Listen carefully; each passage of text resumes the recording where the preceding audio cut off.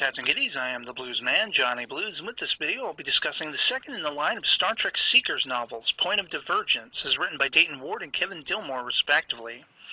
Following on the coattails of the first chapter in the series, Second Nature, written by David Mack, Volume 2 definitely picks up where the first volume's cliffhanger leaves off, with Captain Atish Katami of the Constitution-class U.S.S. Endeavour poised to take on the notorious Klingon Captain Kang of the Imperial Klingon cruiser Votak, not long after the Federation starship Sagittarius, commanded by Clark Terrell, as well as the bird of prey Humgor, were both sent careening into the atmosphere of the planet Arethusa, where both effectively came to an abrupt rest. The biggest difference being the Humgor by that point would be good for no more than so much scrap metal for the taking, whereas the Sagittarius itself managed a soft enough landing that with some repairs she'd be off and flying again in little time. But as Point of Divergence unfolds, the time to make such repairs, as well as fend off all potential Klingon interests in Arethusa's inhabitants, the Tamal, is ever impeded by members of that race that have undergone what can only be described as the change, a physiological, mental, and emotional transformation that awakens in those subjects afflicted, or perhaps you might say gifted, powers beyond that which is customarily seen, telekinesis, heightened empathic sensations, and the like, as well as the borderline psychotic urge to destroy all who would stand in the way of gifting similar so-called blessings to those Tamal who've yet to undergo said change.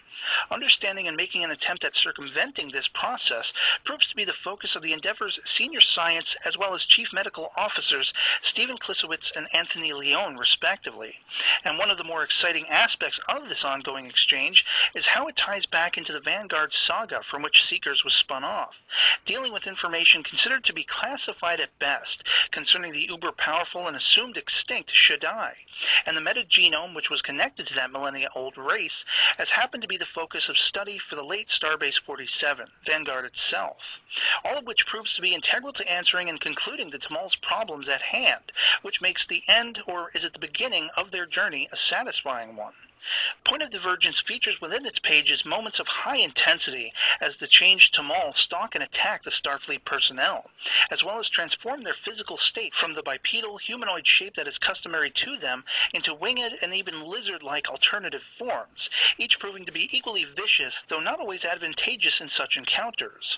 Also does Point of Divergence give us a heartening and powerful character arc in the form of the young Tamal priestess Sita, whose role as the leader of her people is thrust upon her when the former priestess is murdered by one of the changed. Though Sita's years are not many, as is the case with the majority of her species, her wisdom and ability to rise to the challenge set before her is in truest Star Trek form, and it is captivating and affirming to witness.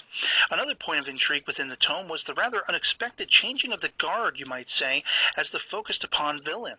Point of Divergence carries on with its most ominous figure, the changed Tamal known as Namur, whose malevolent acts are in part what brought the previous novel Second Nature to its crescendo ending. But as this novel unfolds, do we find that a leftover artifact to be found in some caves on Arethusa, relating to another presumed extinct race known as the Preservers, and which has its origins in the original series episode The Paradise Syndrome, which is the focal point of energies set to defy any and all potential threats to the Tamal, even amongst themselves.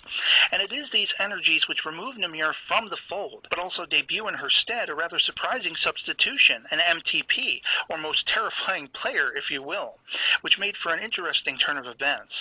If I had one gripe about Point of Divergence, it might be that we don't get to see Kang quite as much as I'd have liked, but by way of which are his scenes, if you will, laced with much more impact and even a level of gravitas for those picturing the late Michael Ansara's physicality and cadence in the role,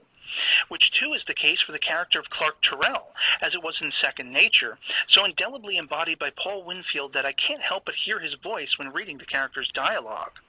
Suffice to say, Point of Divergence delivers its own brand of intrigue, mystery, action and suspense, and humanity, as was embodied and realized in its precursor Seeker's tome, Second Nature, and brings it all home in a conclusion that both affirms and sets up the next big overarching question in the series as it does so.